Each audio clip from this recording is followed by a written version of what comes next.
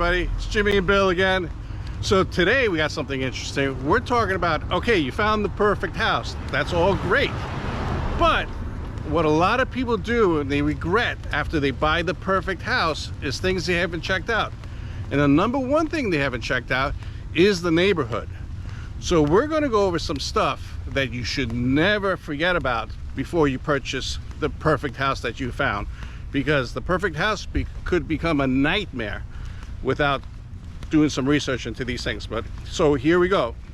The first thing is basically, like everybody knows, is the neighborhood safe? What do you think, Bill? Yep, safety is definitely a concern for people, and don't think of safety always as crime. Are the roads safe to walk on? Like right now we're in a neighborhood that's got sidewalks. So that's safety. It keeps you out of the road while you're walking, right? It's not always about crime. Is it maybe gated versus not gated? Is the traffic high or low level traffic? Things of that nature. And of course, crime is always a thing. The good thing is here in, the Pinellas County, Pasco County, Hillsborough County area, the sheriff's office has great websites, can check all that stuff out. And any state that you're in, just go to the websites, the county websites, and look at the stats on crime. See if they have a lot of thefts, see what's going on, but do that before you decide to purchase the house. All right, what's another one? So schools, if that pertains to you, some people it doesn't, but school district. And school districts change. Just because you live within proximity of a certain school doesn't necessarily mean you're always going to go to that school. So my recommendation for any client that I'm working with that school district is of a big concern is to confirm everything on the county's school board website and do some research that way to make sure that you are getting your children into the appropriate school that you want to be in. Here's another one. Okay, this one basically I'm finding out from doing inspections to all these neighborhoods. Great neighborhood, great house, everything's perfect, but getting out of the neighborhood is, you're taking your life in your own hands, because the neighborhood is built along a fast moving road with a lot of cars going 50, 60 miles an hour. And so many times they're like, oh, this is such a nice neighborhood, but getting out, I'm sitting there for like 5 minutes just trying to find a safe time to get into the lane and turn. Right. Yeah, there's a couple of those up in the Palm Harbor. I mean, they're all over, up and down US 19. Beautiful neighborhoods, but they're not at a traffic light. There's no traffic light there for you to get out, so you have to try to merge into, that higher speed 55 plus traffic, which can be cumbersome. That could be a safety thing too, that you need to take into consideration. Especially with my kids and stuff. I don't care if the neighborhood is perfect. I don't care if the house is perfect. I don't care if it's a good price. If it's dangerous to get out of the neighborhood, I'm not buying it. Yeah. And that's the way it is. Right.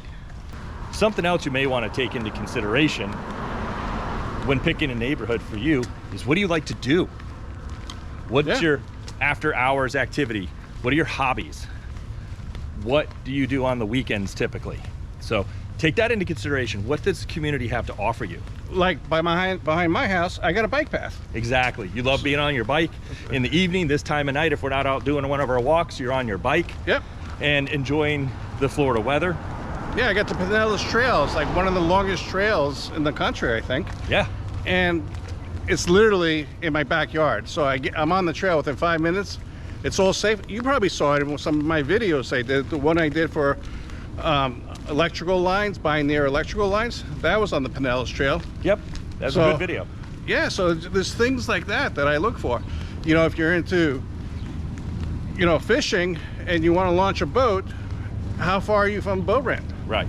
So things like that really, really do matter. Yeah, do you like street festivals, things of that nature?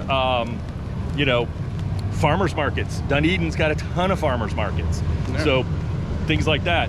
They also have, street fests constantly, for St. Patrick's Day, just to name one of the more recent ones. They've got them all the time. So if that's something you're into, maybe just living in proximity to that area, a surrounding the like Palm Harbor area surrounding Dunedin. So take that stuff into consideration. Proximity to malls, if you travel a lot. Yeah. Proximity to our airports, you know.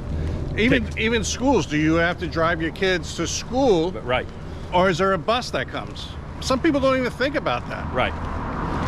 Right. Those are all very valid points when trying to pick that perfect neighborhood for you. So here's another one. Noise level. I know, you know, you go into a neighborhood and you're going at a certain time, it's nice and quiet, you don't realize it. And then you find out after you bought it, you moved in, the place is so freaking noisy all over the time, you know? Right. There's dogs barking, there's everything's going on, and you're like, whoa, what's going on here? Yeah, maybe you went on a weekday or a weekend at a certain time and you don't realize the traffic patterns, or, you know, for instance, this is why it's important to work with a local realtor, you know, where the schools are, because the traffic is going to back up by your house when it's school pickup time. So that might be a consideration, you know, trying to get in and out of your own house when it's in a school zone, and that does happen. Here's my suggestion. If you're buying a house in a neighborhood, even if it's quiet, before you close, drive there at different times of the day. Absolutely. And see what it's like. Go in the 5 o'clock, 6 o'clock, go in the morning, go in the afternoon, park your car, walk around, and see what kind of noise level it is. Yeah, and then look at the neighborhood in general at the different times of day. I've got a client that's just come into town, and we've been doing this virtually. They're not in our state, they're relocating here for work, and I've been driving around and I'll do video tours so that they can see the different areas at the different times. I mean, luckily I grew up here, so I kind of understand where things are and, you know, the different traffic patterns, so that I can help them find the perfect house for them. But they're here now. So her first day wasn't showing houses. We set out a plan before we went and looked at houses, and I gave her communities to go drive around in and see if she even liked those communities and they met her needs. Oh, that's really, really good. All right, I got another one. Before I buy a house, I would find out, I go like on a Facebook group and see if the neighborhood has a Facebook page. That's a great idea. Because then go back to the history of the Facebook page, see what everybody's complaining about, what they're arguing about, what is the politics, you know, in that neighborhood. I'm not saying politics like Republican, Democrats. I'm talking about, are people arguing over parking? Are people arguing over grass being too high, you know? Right. Yeah, the internal dynamics of the community itself. Every little community has its own personality, so make sure that that fits with you as well if you can.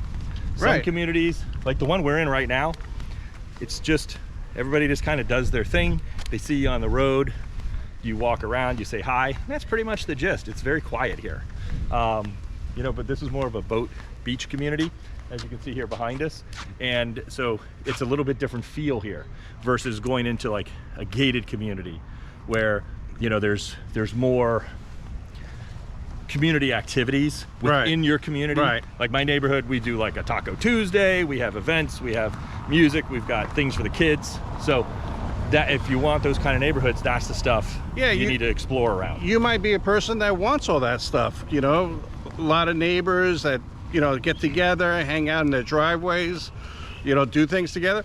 Or you might be a person that, hey, I just want to be left alone. Right. Or you have the middle of the road. So if you like it, you just like to watch it.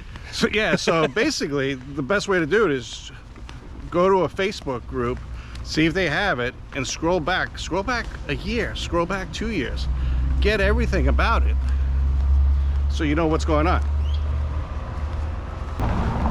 What's another thing, Bill, that you would look at? Well, no matter where you're looking, take into consideration, now this might be a little more difficult to find, to be honest with you, but take into consideration what future development is going to happen. So Pinellas County is pretty much built out, but there's different things coming in, rejuvenation projects, things of that nature. Same thing in Pasco County. If you go out to the east side towards the Wesley Chapel area and Dade City, San Antonio, which is all Pasco County, just up the way here, there's a lot of new development going in. We've got malls, plazas, events.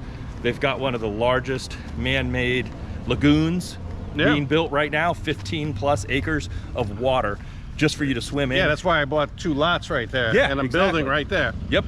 So if you're looking at that kind of stuff, take that into consideration. What's coming in the future for you? You know, maybe you like that stuff, maybe you don't like that stuff. So just things to keep in mind.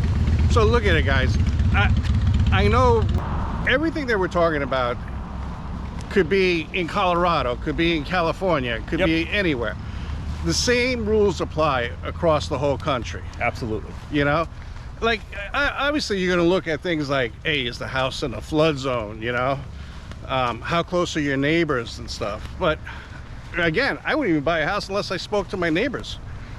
Yeah, I try to, even when I'm helping my clients find a house, I typically kind of, especially like if I'm in a condo or a townhome community type situation where it's a little more tight knit and you're a little more on top of your neighbors, I try to kind of roam around a little, and people are generally social in those environments, and you learn a lot about the neighborhood itself or the, you know, the building itself. Those buildings have personality. So just keep that in mind. Don't be afraid to ask questions.